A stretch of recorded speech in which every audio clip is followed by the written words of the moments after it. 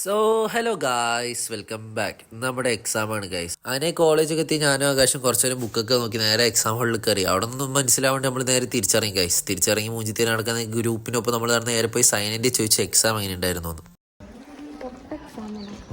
എന്നിട്ട് നമ്മളവിടെ നിന്ന് അങ്ങനെ വീടെത്തി ബാഗ് വെച്ച് പേഴ്സെടുത്ത് ഞാനും ഷോയിബ് നേരെ വിട്ട് മാജിക് ഓണിക്ക്. എന്നിട്ട് ഞാനൊരു ചിക്കൻ ഫ്രൈ, ഷോയിബ് ഒരു പോക്കറ്റ്